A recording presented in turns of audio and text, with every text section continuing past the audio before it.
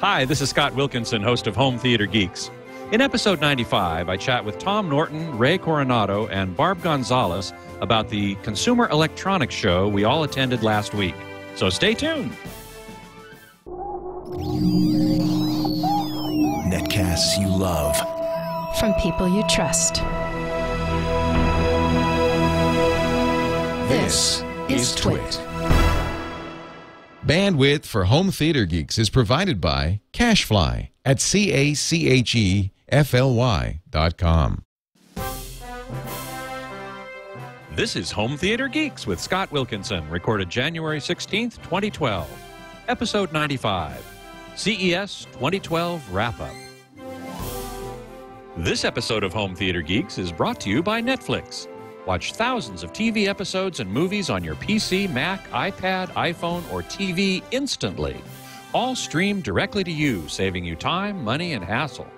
For your free 30-day trial, go to netflix.com/twit. Hey there, Scott Wilkinson here, online editor of HomeTheater.com. This week we're wrapping up CES with Tom Norton, the senior editor of Home Theater Magazine, Barb Gonzalez, a freelance writer and contributor to Home Theater who was with us covering the show, and Ray Coronado, a home theater consultant and calibrator who was also at the show. So I'm sure you guys saw plenty of stuff that I didn't, so we have a lot to talk about. Hello to all of you. Hello, Scott. Hi, Scott. Hey, Scott. And there's Barb, there's Ray, and there's Barb again, and Tom will come up in a second just so that we can see who he is. The TriCaster's like, whoa. Well, while we're waiting for that, I'll tell you that those of you who are tuned into the show live at live.twit.tv or logged into the chat room at irc.twit.tv can post questions for all of us, and we will answer as many as we can as we go. Before we start, though, I do want to show you guys something I picked up on the way home. Now, Tom, you and I and Barb, we all drove out to CES from L.A. Ray, did you drive out or did you fly? No, I drove out as well.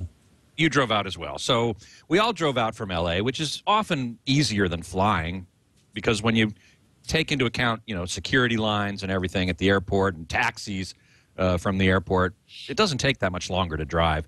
So when you drive out to Las Vegas from L.A., you pass through a town called Baker. And on the way back from the show, I stopped in Baker at this little store called Alien Fresh Jerky. I stopped there, too. You stopped there, too. Exactly right. I did. Where you can get, you know, abducted cow jerky and honeymoon jerky. I didn't get any beef jerky. Head. Yes, and gator heads. Exactly right. And alien skulls. I didn't get any of those, but what I did get was a replica of the I-beam from the Roswell crash. Remember how there was a story about this I-beam that they picked up with the weird markings on it? Look at that. It's a replica of the I-beam. So cool. I'm going to put that on my... What's that? Can you read it to us? No, it's an alien script. I don't know what it says. Very spooky. Anyway, I just had to show you. It was so cool. Okay, so CES. There was, you know, a lot of people, and I think, Ray, you said this to me at the end of the show. You were somewhat underwhelmed overall, weren't you? Yeah, I mean, it wasn't the typical, you know, something really, really special to see, and everybody was on the bandwagon. I think the only thing that was really pushed was the OLED TVs that I saw a lot of advertisement on. But besides that, there was nothing else that I really saw a big push on.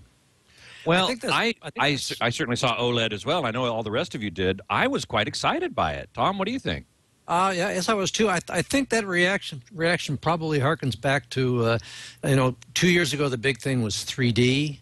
Yeah. Before that, the big thing was Blu-ray, or the Blu-ray versus HD DVD fight, and format there was no war, no one big thing at the show that would grab everyone's attention. I disagree. I've got to be there. Barb, you disagree. Tell us, please. I do. Well, I mean, remember, I'm the smart TV person. So, not that I'm this, anyway, I'm a smart TV person in the networking. And there was a lot going on. I mean, there was a real story for people who are trying to stream their media and everything. And that really is sort of the ability to send stuff from your tablet or use your tablet as a remote control, or just fling your media to the TV set, and some really exciting search options and aggregation options and things like that. There was a lot going on with it. It's really matured, and also like things like Dolby Digital for HBO Go and things like that. It's like it's finally real, and it's finally for people like the home theater listeners who want to have really good quality. Exactly. Wasn't the overall theme of this year's CES convergence of some type? I don't know. They usually have a theme, and I think that might have been it. I don't remember if they had a particular theme. Denon rep in the chat room is saying Barb is right, and I have to agree that aside from OLED or OLED TVs, which were sort of the big excitement for me, the maturation of smart TV, of apps on your TV, and of getting your content from the internet was, I think, the big story here. And I didn't consider it that way at first because, yeah, well, we've seen that for several years, and every year it just gets better and better, more apps and more apps. But I think the element of becoming a mature distribution medium is really quite important and a really good story. Mm-hmm. And when you're ready, I can talk about the DLNA premium certification that is making it go leaps and bounds. Well, please, go right ahead. Tell us. Okay. Well, anybody who knows what DLNA is, it's sort of the certification that allows the different, your computer to talk to your TV or other devices to talk to each other. Within your home. Within your home, right? Yeah, right. on your own network. On your own network, within your home, and also, so far, it's only been your own content. And for years, manufacturers have been fighting with being able to move what they call premium content, movies and TV shows and things that you're streaming, and they haven't been able to move that kind of content around the house or to devices. And DLNA has created a specifications and certification that assuages the fear of the studios so that they're okay with allowing you to now stream from your computer and throw it to your TV set or around the house. And I also think it's pretty funny that how many refrigerators are now DLNA certified. Yeah, we did see an awful lot of connected appliances. You know, refrigerators and washer dryers and stuff. And, of course, I didn't pay much attention to that, but it is kind of funny. I love it. Well, and they're DLNA certified, you know? And they're DLNA certified. Tom, what were you going to say? Oh, I love the LG's, what do they call it? The chiller, the chiller for cans of soda and other stuff? Blast chiller or the super chiller. Blast chiller or something, yeah. Right. You put a can of soda in there and it cools it down in like 10 minutes or something. I was trying to figure out what happens if you put a can of soda that's already cold in there. Does it freeze and explode or what? Ooh, good question. But anyway, that's peripheral. Yeah, DLNA, by the way, for those who don't know, stands for Digital Living Network Alliance, I think. Is that correct, Barb? Right. That's right. Yeah. And the certifications are things like media server. So when you put your library somewhere, if it's a media server, then media players can find your media server. And then things like your tablet could be what is called a media renderer, which means that it gets the information from the server and then sends it to a player. So those are the major ones, but there's some other ones as well, but those are majors. Right, exactly. How does DLNA compare? Kinetic's mentioning in the chat room UPnP, Universal Plug and Play. Does that relate to DLNA, or are they competitors, or what's the story there? They're not competitors. There is an element of UPnP instructions within the DLNA certification. It doesn't have to be there, but it is included. Right, okay. Another thing we really saw tremendous advancements in at the show, I think, was in user interface and control of the TV and the and your system with voice recognition and hand gestures and stuff. Ray, did you see much of that? Did that impress you at all? Yeah, I saw some of that stuff. I think I'm assuming it's coming from the same technology that like Microsoft is using for their Kinect's interface. Right. Exactly. And the voice recognition reminded me a lot of Siri from the iPhone 4S. Mm-hmm. But yeah, no, it is definitely making it kind of interesting for controlling your devices now, as opposed to just having a remote control. Right. Exactly. Barb, you were going to say something? On the LG Smart TV, they have that wand remote control that's sort of more like almost more like a mouse. It's a gesture-based mouse, but it also you speak it, and it not only takes commands, but you can go into like Facebook or Twitter, and it'll take dictation. Well, that's pretty cool. Wow, yeah. Yes, for writers, it'd be very useful. I don't think that much dictation. Now, of course, for me, the big story was OLED, organic light emitting diode, which is really the first new television technology to become an actual product in well over 10 years. We've seen OLED TVs being demonstrated at the show for years as concept pieces, and they've been, in the 20 to 30-inch range. But both LG and Samsung have announced 55-inch OLEDs that will actually be commercial products this year, later in the year. For how much? This is the big question that no one is going to answer. I've heard everything from $5,000 to $10,000. Yeah. I'd like to point out too that promises of delivery don't always pan out. In other words, they say sometime later this year. There could be problems. It could be next year. Who knows if some major problem might crop up that makes it impossible for them to produce it at anything like a reasonable price. Though, I assume they've done the studies now that will show them that they can do that. I would assume so too. Yeah. Ray, what did you think of how they looked? Well, I thought it was an amazingly bright and vivid TV. The only thing that I kind of wonder about, and it's been just kind of the... Oh, we just lost Ray there, I think. Are you back with us, Ray? No, I guess not. Darn. I would point out that maybe Ray is about to say, but I won't put words in his mouth, that the colors are extremely bright and vivid, and I just hope the controls are there to make them more natural. Yes, exactly. Exactly. Yes, Ray, we lost you for a second there, but I think Tom was kind of anticipating that you were probably going to say something about the colors being not correct, being too outside the color gamut, the range of colors being too large and not being correct. Well, that's one of the things. The other thing I was am I back? Not yet. There you are. There we go. Sort of. The other thing I was going to say is see if they figured out how to keep the blue from degrading quicker than the other two colors.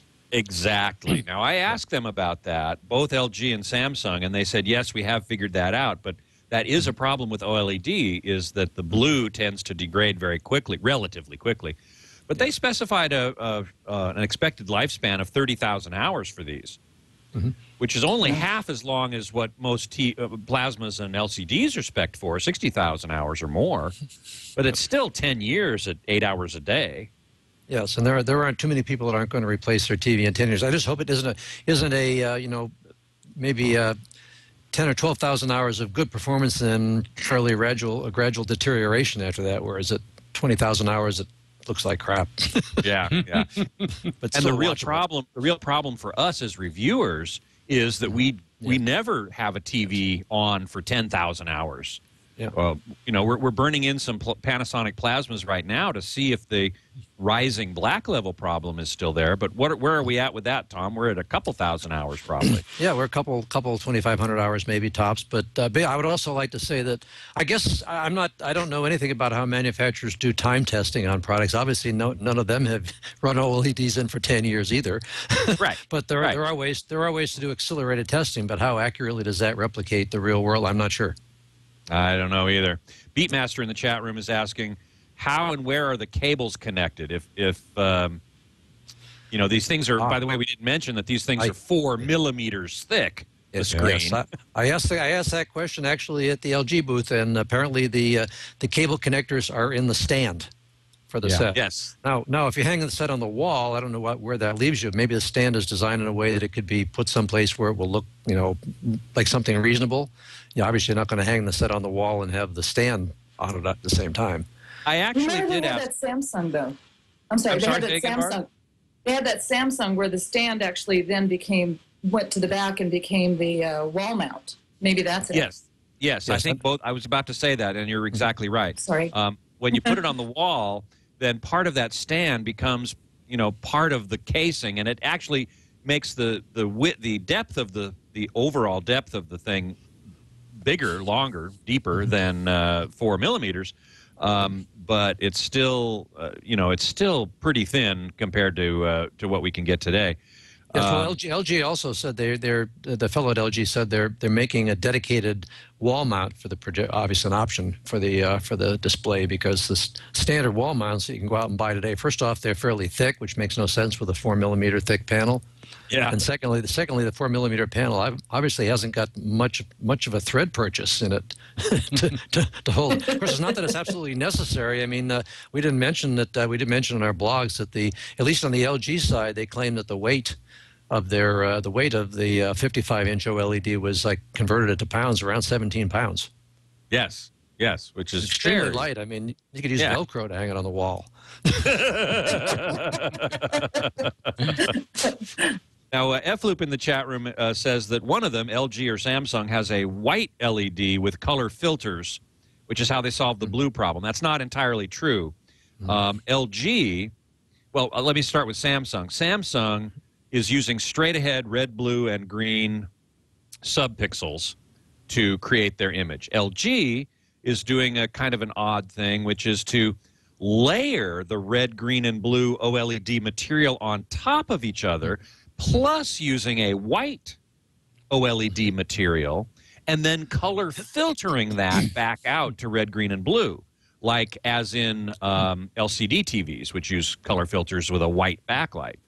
I don't know if I think I'm a little suspicious of that particular approach, but they say they did it in order to solve some of these longevity problems. What did you guys hear about it? That's about the same as what you just said. I think it's well, they're claiming, as you said, 20 to 30,000 hours of life. So, yeah, that was pretty much the same thing I was told when I asked about it. So we really interesting comment, because we're talking about LG and Samsung, is that Sony was showing a what they call a crystal LED, though they're not promising delivery as a product. And we were trying to figure out how crystal LED differed from OLED, and we haven't really decided that it is any different. I don't think it is. I think that Sony has a long-standing history of giving different names to a particular technology. Yes, I will say that the Sony individual that I interviewed on one of our video blogs was he did mention that Sony is continuing, in addition to crystal LED, they're also continuing their research on OLED. So I don't know if it's like two chairs next to each other in their research lab or what. I'm not sure exactly. Well, that's kind of interesting. That is kind of interesting. Well, you know, I can't wait to get one into the studio to try it.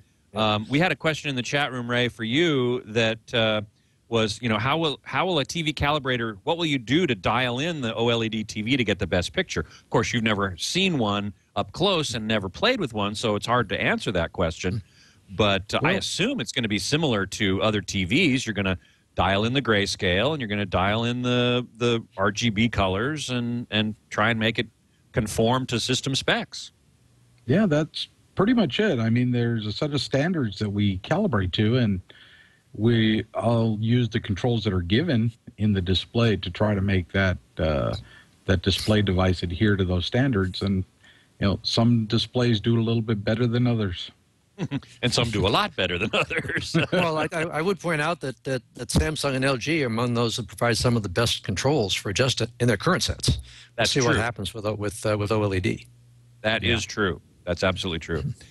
Barb, I wanted to ask you about some of the other smart TV functions, particularly internet delivery. of content. For example, Google TV seems to have been resurrected from the dead.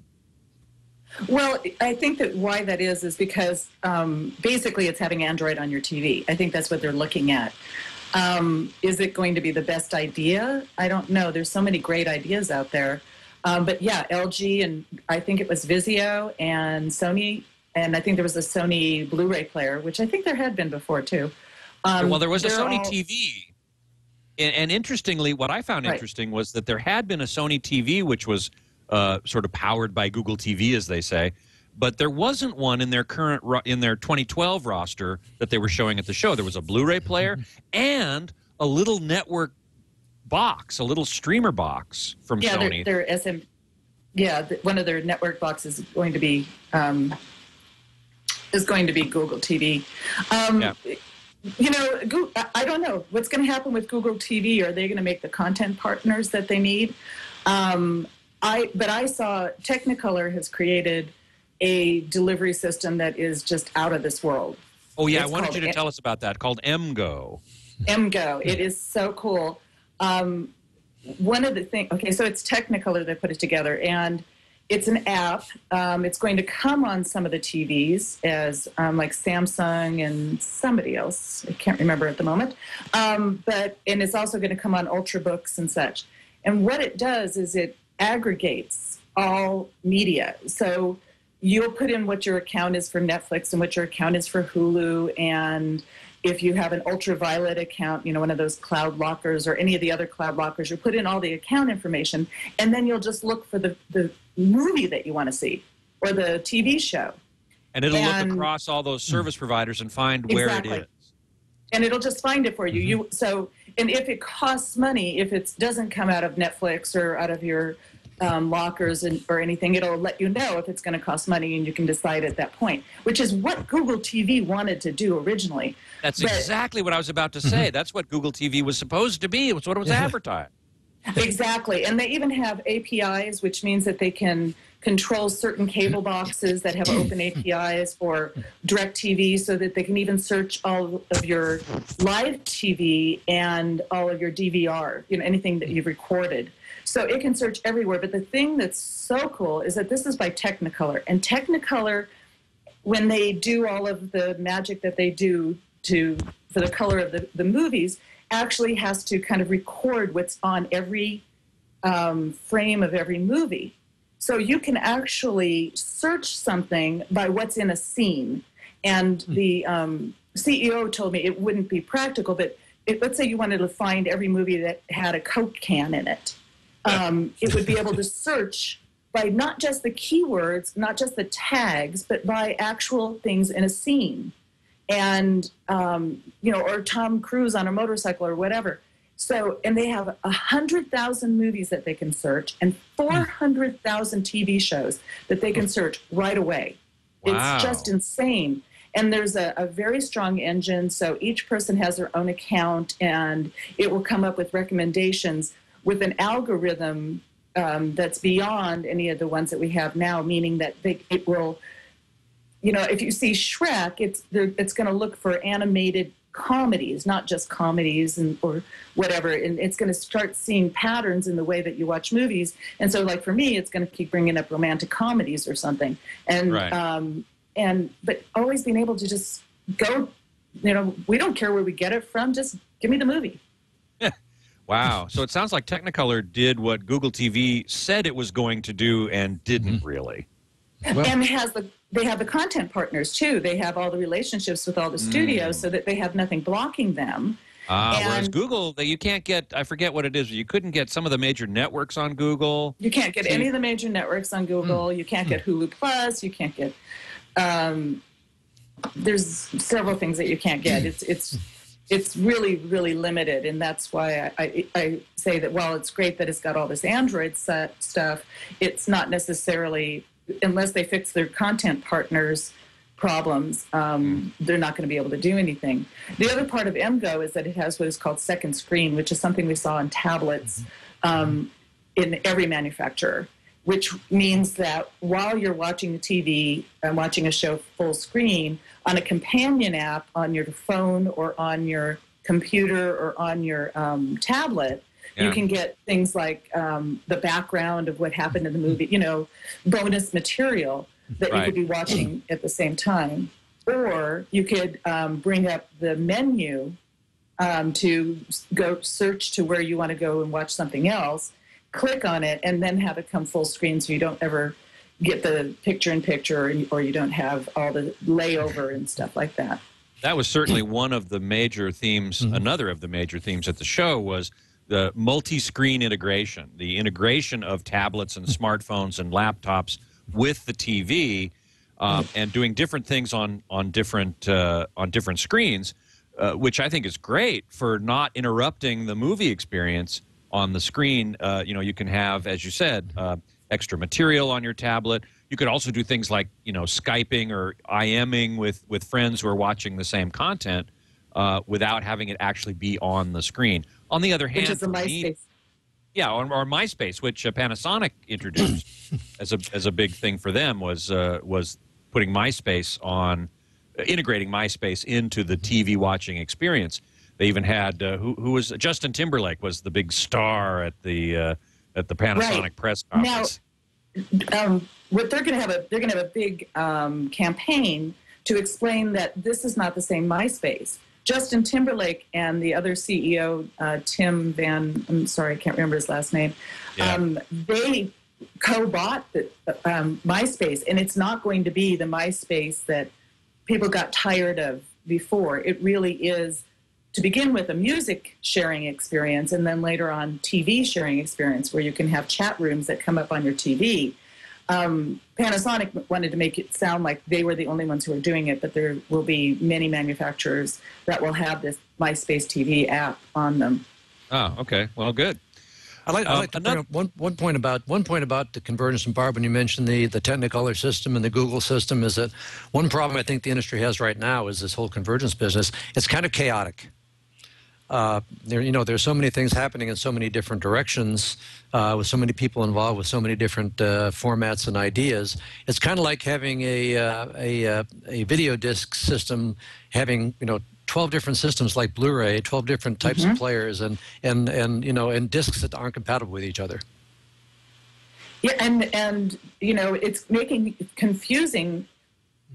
People can choose whatever way they want to do it, which makes it easy for them. But there's just too many choices. And I think that's one of the reasons Roku is so popular, is because it's just simple. If I want to stream something, I can just connect it. But it's also, now it's on the TV, and now it's on your iPad. It's everywhere. So there's just so many different ways to do it. I don't think that that's going to be a benefit, but I don't know that it's going to change. Do you? I don't know either. The place I would love to get to is where you can pick any app you want on any device you have and do an a la carte kind of a thing, rather than, you only get certain content providers on this platform, Panasonic say, other content providers on a Samsung. I'd certainly like to see a standardization where everything is available everywhere, but I'm not sure that'll happen anytime soon. Well, I'm thinking that maybe with the apps on Android and the apps on the iOS systems like iPad and iPhone and that sort of thing, more and more the way that they have it set up is that they're going to have apps on both of them, and that is going to be pretty omnipresent on everything, right? And so if you go the tablet way, you probably are more likely to have sort of a experience where, whether you're Android or whether you're iOS, that it's going to end up being there, rather than worrying about whether Samsung has this or LG has this or whatever. Sure. Another point to this, another issue to this point that I want to, just before we move on. Oh, look, we have a 4-way split screen. Thank you so much. That's great. Those of you who are watching the video, is the appearance of full web browsers on all these TVs. Wherein I assume, well, I don't know, Barb, maybe you can tell us, can you really go anywhere on the web with these web browsers, in which case you could go find any content you want? That's what they're advertising. They're advertising that they are web browsers that do Flash 10 and HTML5, which means you should be able to go to any site you can go to on a computer. Whether it actually comes out that way will have to be seen. I don't know what's going to happen, how the content people feel about that. But it's a total web browsing experience that's like your computer is what they're advertising, and what they swear to me is going to happen. Yeah. Do they have Flash, these web browsers? Flash 10, yep. Flash 10, okay, so good. Yep. Okay, Well, Ray, I wanted to get you back in here a little bit. I'm sure you saw 4K displays, which was another big story at the show. Yeah. Give us your impression of 4K at the show. Well, I saw a few 4K panels, which in my opinion was not a huge difference from what we have. I mean, 4K on like a 50-inch panel wasn't a very noticeable difference. Now, when you start going into large screens, 100, 110-inch, that kind of thing, it's definitely going to make a bigger difference. But what I saw in the panels, I mean, other than the fact that there was like visibly no pixel structure, I couldn't see a very huge difference in image quality between standard 1080 and 4K. Even though they were playing, most of them were playing custom shot native 4K material. Yeah, I mean, as we know, on a smaller panel, you get a given distance away, and the resolution becomes negligible. Right, you get past a certain distance, beyond a certain distance, and your eye can't resolve. The human eye simply cannot resolve the dimensions of a single pixel. Correct. But like I said, I had to get really close to even really tell a difference. And by close, I mean, within a foot or two.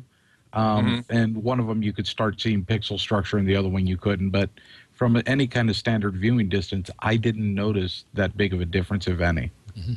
Now, Tom, what do you think?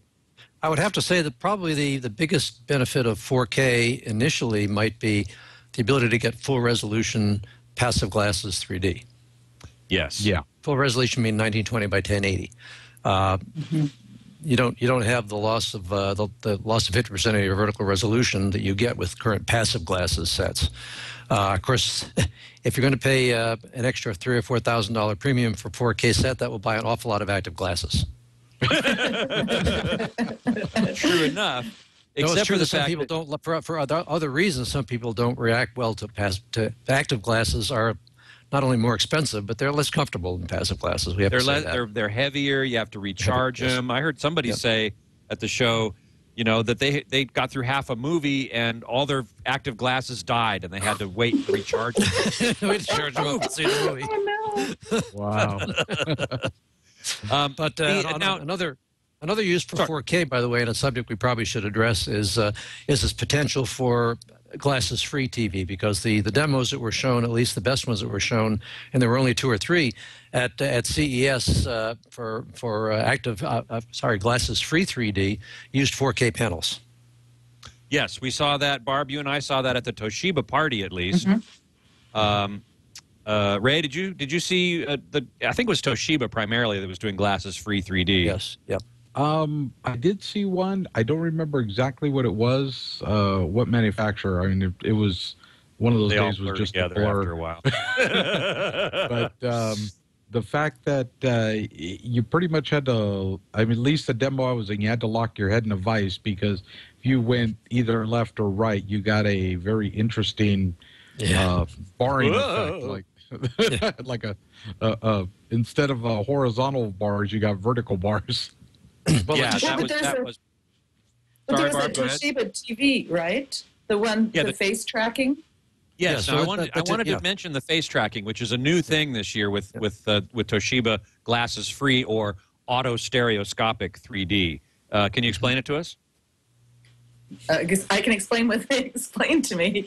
There you go. That's all I'm asking. That there was actually your TV is actually watching you. It's got a camera in it, and just like how when you're taking pictures and you have the face recognition and have little boxes to make sure that you're in focus, it kind of uses that same kind of technology. And you sit down in the room and it figures out where you are, and then it just tracks you. So if you do move over, it moves over with you. and it tracks you. And then it has you nine other mean dynamically? points. I thought it was only static. I thought it was once No, you... actually, the guy who was showing it to me on the floor, because remember I asked him after that, said it was dynamic on that one person. And it's going to get the first person who sits down, but on the other hand, it's also got a manual mode where you can, if there's 4 people sitting there, you can choose which one of the 4 people it's going to track. But yeah, if I lay down or if I, move over a little bit or something, it's supposed to track you. That's what he told me. So. Yes, that's what that was my understanding too as well. But it would, my understanding was either face tracking or manual, and the manual had 9 zones if you had a group of people watching the TV. In which, in other words, you had to be sitting in one of those 9 zones across the front of the TV to get a good 3D picture. And it also had a little bug at the top of the screen that would tell you if your head was properly positioned. Right. Yeah, I saw that too. Yeah, exactly right. But having a little bug at the top of the screen is not my idea of a good time. Could be annoying. I got to move my head a little bit. Well, I also, one thing I'd like to point out is unfortunately showing this at CES, which was nice to show it. It's liable to impact the sales of standard 3D sets when people get the wrong message. They say, "Oh, glasses-free 3D is coming," because Toshiba promised they were going to come out with these sets by the end of the year. Now, if they're talking about sets that use 4K to get the quality of picture that we saw at the show, which was quite good in general quality, as long as your head was in the right place. Yeah. If they use a 4K panel to do that, you're not going to get a 3D glasses-free TV for under $2,000. You'll be looking to get one for $8,000 or $9,000. Right. Well, being a 4K. Yes. And the guy told me more like 20. Yeah. $20,000? That's what the guy told me. Yeah. Oh my God, Ray, what did you're about to jump in here? I was going to say, at that rate, you might as well buy everybody a VT30 and they can have their own 3D panel. Yeah, right. Or the Sony head mount display. Yeah. Exactly. There you go. Which we saw last year at CES for the first time, and then you get your own personal 3D 720p, but OLED screens and beautiful. I mean, it looks great, but not that I'd want to sit there wearing a Geordie LaForge visor for 2 hours. Yeah, but obviously, as I said, the problem, the fact is, it is going to be $15,000-$20,000. That the general word will get out amongst the mass media that talks about what went on at the show, and they're going to say, oh, they showed glasses-free 3D, and then a whole bunch of people reading and say, well, I'll just wait till it comes out, not realizing that when it comes out, it's going to be way over their heads price-wise. Way expensive, exactly. Yeah. Now, the other thing that impressed me about what I saw in terms of 4K at the show was at the Sharp booth. Did you guys all get to see this ICC 4K up conversion in the Sharp booth? I didn't see it. Actually, I did not, no. Now, I found that very, very interesting. According to the Sharp person I talked to, they're taking 1080p, like from a Blu-ray, and up converting it to 4K, but they're taking into account human factors. That is, how the brain perceives shadow and light and gradations and depth and so on, and taking that all into account during the upscaling, and they had a thing, standard upscaling right next to this ICC, I forget what it's called, what it stands for, 4K upscaling, and the difference was pretty pronounced, I thought. It looked really good. Up till now, I've kind of been, okay, so the only real value of 4K is either passive 3D glasses, as you say, Tom, or upscaling 1080p, because we're not going to have true 4K content delivered to the home for years, I still think. So this upscaling algorithm got me a little more excited about upscaling. But none of you guys didn't see that particular thing, huh? No. Ray, you didn't see it either. Okay. Well, in the Sharp booth, I bet you all saw the 8K display. Oh yes. Yep. Now that was clearly a as I call them, a show car exhibit. That's something you will never see in any kind of foreseeable future. Well, it's interesting. Yeah, concept car. Exactly. Yeah, concept. I mean, yeah. I put my nose up to that screen and I couldn't see the pixels. But remember when they first showed this 73-inch LCD? Remember that years ago? Yeah. We all laughed at Christopher Columbus there. Yeah. All right. Tom, what were you going to say? No, I was going to say, well, it's hard to see the pixels pressed up against the screen with a 4K display. So right, exactly. In 8K, it was completely invisible. Yeah. Yep. Okay, well, we're going to continue our conversation here about wrapping up CES, and really there is so much to talk about. And but before we do, though, I do want to thank our sponsor for this show, which is Netflix. Now, Netflix, of course, was everywhere at CES. They were in just about every TV and Blu-ray player, set-top box. They're on. You can get it on the iPad, iPhone, Mac, or PC. Just about any device that you can receive content at all, you're going to be able to receive Netflix. And the streaming from Netflix has gotten better and better. I've been watching a number of shows on it, which aren't really available anywhere else. Is one of the real advantages of streaming from Netflix. You can watch them instantly. They have thousands of TV shows and movies and so on. You can stream directly to any of these devices. You can even start on one device and finish watching the same program on another device, which is so easy and so hassle-free and time-saving. You don't have to wait for DVDs to get there. You don't have to put them back in the mail. You don't have to go to the store. None of that stuff. Now, for Twit listeners and viewers, Netflix is making a 30-day free trial offer. All you have to do is go to netflix.com/twit. Be sure to use this URL when you are signing up, because you'll get this 30-day free trial of Netflix streaming. And we thank Netflix so much for their support of Twit and of Home Theater Geeks, a most appropriate show for Netflix, if you ask me. So, getting back to CES coverage, Sparky in the chat room has made a good point here about 4K, which is, have any of you guys heard about Red, the company Red, which makes the Red camera, which is a 4K camera, is making a 4K media player called Red Ray. Ray, have you heard of this? I have not. I have heard of the Red video camera, but I have not heard of the player. But up till now it's been a. Sorry, go ahead. I was going to say, if they're capturing content in 4K, it would make sense that they put something out that they could play back their content that they've captured in its native format. Exactly. Tom or Barb, you guys ever hear of that? No, I understand. No, but I'm going to look into it. Yeah, I did.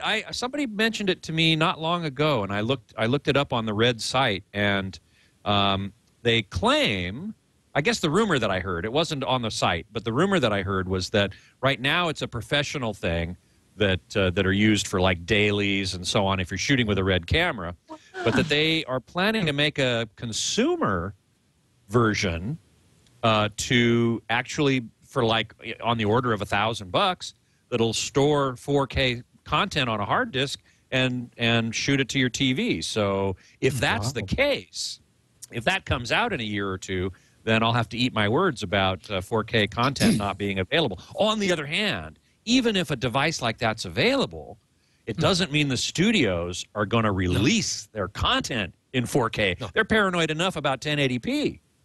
Yep. No, you're going to get YouTube type material in 4K. That's true. And not movies. Right. Yeah, you're going to get homemade stuff. Homemade stuff. If somebody that has a Red camera might decide to make some homemade stuff. Not too many people with a Red camera, but you never know. But no, it's going to be a while. And plus the fact that does anyone have any concept for how long it would take to stream a decent quality 4K file? Or how big that file would be? Yeah. You know, how big is your hard drive going to have a couple of 4Ks on it? Exactly. Well, speaking of big hard drives, one of the things I wanted to mention was the Dish Network announcement, which I think, Barb, you have a Hopper sitting right there with you. At least there he is. Yeah. Just like, what is it? What was the name of the two dogs from RCA? Nipper and Tipper, was it? Yeah, something like that. The chat room might very well come up with that. This is Hopper and Joey. Say hi to Hopper and Joey. Hello, hi, Hopper and Joey. This is now, Barb. Why don't you tell us what the Hopper product is? They thought that they wanted to make Dish Network more friendly to people, so they gave them names rather than numbers on the new models. And the new model of the main Dish that set-top box that you'll get is the Hopper. And it will have, I think it has 3 tuners, but it can record up to 6 programs at the same time. It's got I think it's only a 1 terabyte hard drive, but somehow in the way that it's 2? I think it's 2 terabytes. The way that they're recording, they're able to record up to 2,000 hours. And it's standard def. No, of high def. Of high def. Wow. I know. Woo. And just to finish, so the Hopper is the main one that the main set-top box you have in your house, and then you have Joey's, the little receivers around the rest of the house. Right. So the actual recording. You put those in next to your bedroom TV or your other TVs in the house. Right, and you'll connect them through cable. The thing that's amazing is that they have a one-button push where it will record ABC, NBC, CBS, and Fox for their prime time from 11, it's probably like 8 to 11, for 8 days straight, and put it on so you don't have to figure out what you want to watch until you decide to sit down and watch it. And it'll be all recorded. It's all recorded. Plus, you can have other stuff. Plus, the other thing that was pretty cool is for the people who are in rural areas, I have a friend in where I used to live, so they're going to love this. They will send through the satellite, the Blockbuster Online, they're going to send like daily 10 of the top watched movies from their Blockbuster Online. And if you have HBO, they'll also send all of the new current original programming and sports and all the other little shows, kind of an on-demand thing. And they'll send it through the satellite, so you don't have to have fast internet. And it'll just kind of live on your hard drive, on your Hopper hard drive, and you'll be able to access it and stream it from your hard drive at any time and not have to worry about having a broadband access. But the other part of that is for the people who have been sort of limping along with trying different satellite broadband and everything, and it's very expensive and it's not very fast. They've partnered with Viasat, who is a satellite broadband provider, and by summer they will be providing broadband services at 12 megabits per second down and 2 up, I think. Wow. So to anywhere in the country. You don't have to have a cable or anything. Just don't have trees in the way. Just don't have trees in the way. Well, that was, to me, a pretty exciting announcement, too. Dish had made a big leap there, I think, as well. Now, the other thing that we saw a lot of, obviously, was 3D. We touched upon autostereoscopic or glasses-free 3D, but, it was almost like it was everywhere, and so it wasn't sticking out anywhere. It was just everywhere, except at the LG booth, where you walk into the LG booth and they had this 100-foot wide video wall that was in 3D, and they were handing out glasses to everybody who was standing there, passive glasses, because 3G is a passive company. And even, I have to tell you, that big wall even impressed Leo Laporte, who is not a 3D fan. Yeah, that was the one. That was the one comment. Sorry, Ray, go ahead. I said that was definitely the one comment I was going to tell you. If LG didn't get your attention with that 3D wall, nothing would have got your attention. No. Now, Ray, are you a 3D fan, or do you not like it? I personally don't care for 3D, to tell you the truth. I mean, as you can see, I wear glasses. And to wear glasses on top of glasses is not real fun. And then to top it all off, after a while, I kind of lose the effect and don't. It's more annoying after a while than it is to just enjoy the movie in 2D, to me. Okay. All right. Tom, how do you feel about 3D? I like it for some movies and not for others. I think you recall a comment that I made when we all went to see Hugo a few weeks ago. Right. After we saw it in 3D and after the movie was over, I turned to Scott and said, "That was a good movie. I can't wait to see it in 2D." Yeah. Well, you're not alone, Barb. How do you feel about 3D? Do you enjoy it? Yeah.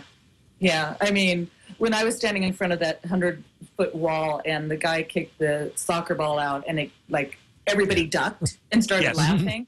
Yes. And then you had the glasses on. You walked through the booth and there were butterflies like flying around out midair when you turn around and look. I think it's magical. Do I want to watch everything that way? No, I'm with you guys. It can be kind of annoying after a while. Right. Now, interestingly, there were at least 2 announcements of streaming 3D. One was from LG.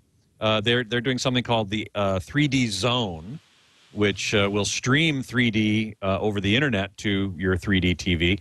And the other was Sensio, which is they make a 3D compression and coding algorithm.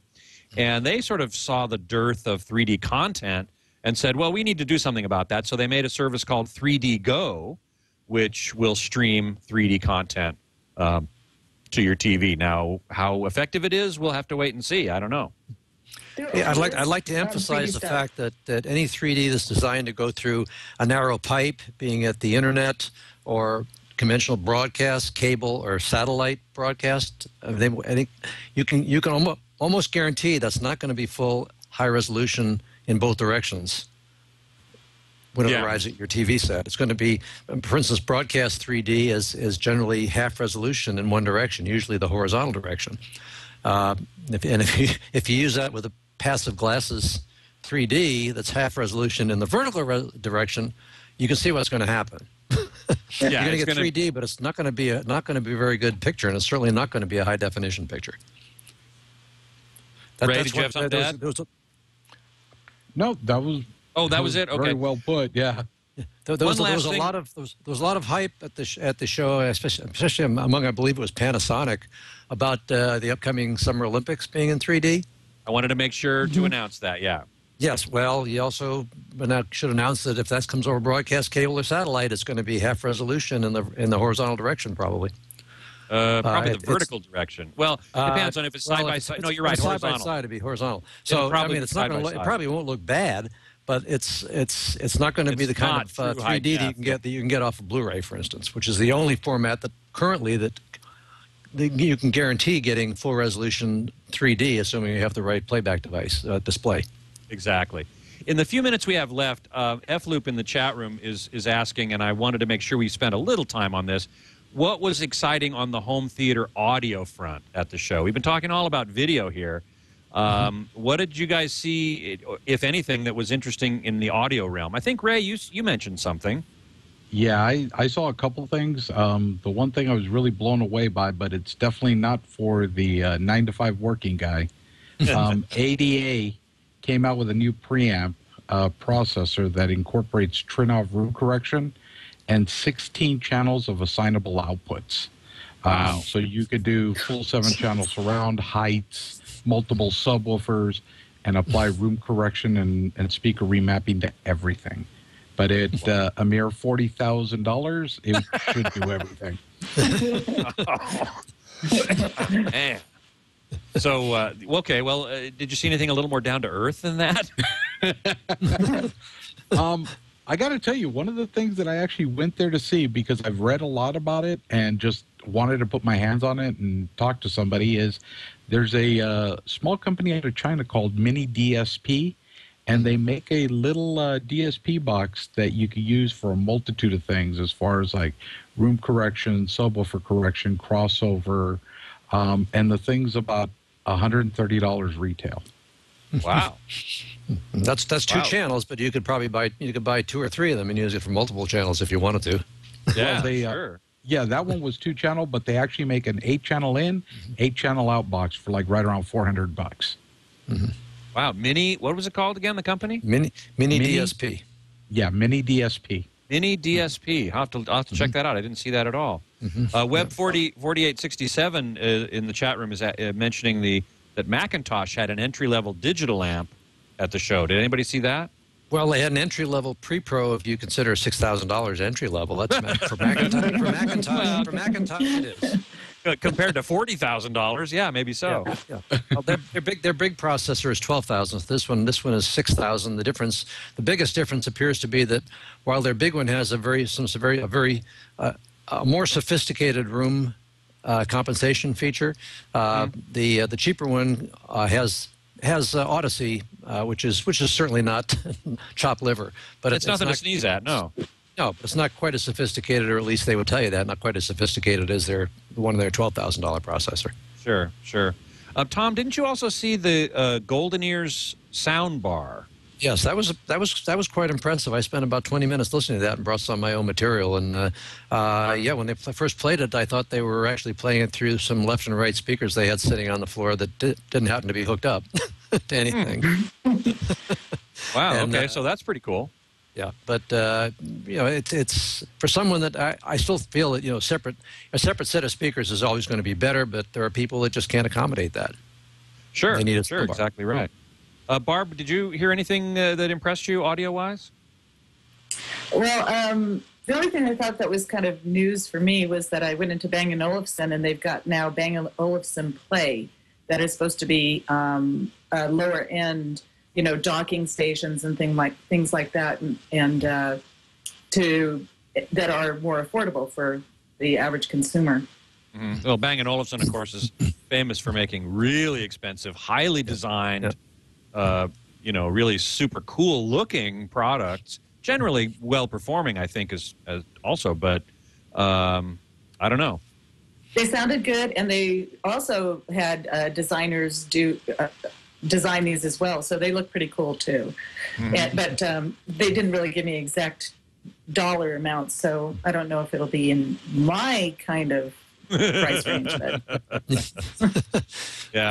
was I spent about a little over a day, scoping out the audio exhibits at the Venetian Hotel, most of which were not, quote, emphasized not home theater oriented. They're mostly 2-channel exhibits, but speakers are speakers, so I like to scope out new speakers. And someone on one of my posts on my blog post asked, well, is there anything affordable for most of us? Because most of the speakers and stuff you saw at the Venetian were outrageously priced.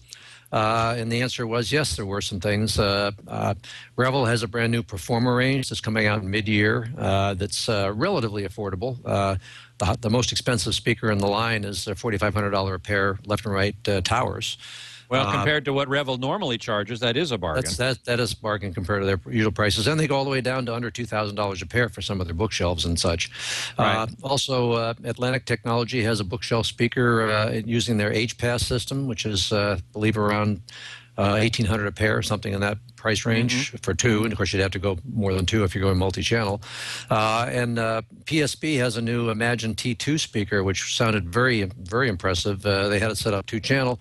But right now, Paul Barton, who's the head designer at PSB, is trying to talk his bosses into designing a center channel for that speaker. So I hope he can do that. I hope he can too. Someone in the chat room here, Beatmaster, no, not Beatmaster, Undermined, is asking about SRS. Now I know, Tom, you and I heard the SRS demo. Yep. Yeah. And, I heard the I had a different reaction to it than you did. I heard the SRS demo. They were at the Trump Hotel, right? And hotel and condominium complex. I guess the people actually live there too. I found it interesting, but I found the sound quality per se pretty awful. Oh. and I didn't. I thought it sounded pretty good. So there you go. Okay, one last question to each of you. Best image you saw at the show and best sound you heard at the show, if you were listening to much sound. Tom, let's start with you. What did you think was the best looking display that you saw just off the cuff? I'd probably say the 2 OLEDs. If you discount the fact that the color was grossly overdone for the reasons we discussed earlier. Yeah. Okay. Barb, how about you? Oh, don't do me, because I was really focusing on all of the smart stuff because it was so hard to do anything else. Yeah, but I loved the OLEDs. They were beautiful, and the 4Ks were just amazing. Yeah. Good. Excellent. Wonderful. Ray, how about you? I have to agree with Tom. The OLEDs were pretty amazing. I will say the the VT50 prototype or display they had there, Panasonic, was pretty good too. Their flagship, their new flagship plasma did look really good. I agree. Yeah, I agree. And I have to say the OLEDs were the thing that knocked me out as well. Their depth of black was just amazing. And yeah, their colors were overwrought, but hopefully we can all hope that can be brought into line in the menu system when we do a calibration. And when we do, and if we can bring them into line, then that is going to be a game changer, if you ask me. Yeah, I'd also like to point out on the OLED is that if they can do a 55-incher for that's 17 pounds, then an OLED to replace even a projection system would not be out of line, though the price might be. Yes, yes. If they can do a 100-inch OLED, then they'd be replacing projectors for sure. Well, we've run out of time, and there's so much more to talk about that we won't get to, unfortunately. But I do want to thank my guests for this week for sitting in and talking about all this great stuff from CES. Barb Gonzalez can be found at simpletechguru.com. Ray Coronado is at socalht.com, and he's also often in the Twit chat rooms as SoCal Ray Jr., in there to help people answer questions and so on. So I always appreciate seeing him in the chat room there. Tom Norton and I are both at hometheater.com, of course. And so I thank you all very much for joining me today. Thanks for having us on. Hey, thanks. You're welcome. You bet. People can email me, of course, at scott@twit.tv. And you can follow me on Twitter at htgeekscott. Next week, my guest geek is still a little up in the air. I'm working on a couple of ideas here. It'll be somebody interesting, I can guarantee you that. So please join me then and be surprised. Until then, geek out.